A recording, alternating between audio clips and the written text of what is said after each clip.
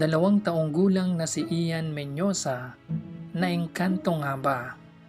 Nawala ang batang si Ian Menyosa noong July 23, 2026. Matapos sa bigong mahanap ito ng kanyang pamilya, lumapit sila sa isang albularyo para magpatulong at sa isang matandang puno ng mangga sa kanilang bakuran, nag-alay sila ng isang hayop bilang ritual at nagbabakasakaling ibalik di umano ng engkanto ang nawawalang bata.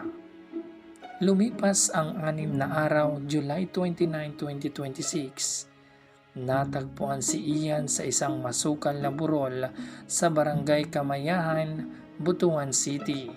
Ngunit wala na itong buhay. Tinatayang 5 kilometro ang layo mula sa kanilang tahanan.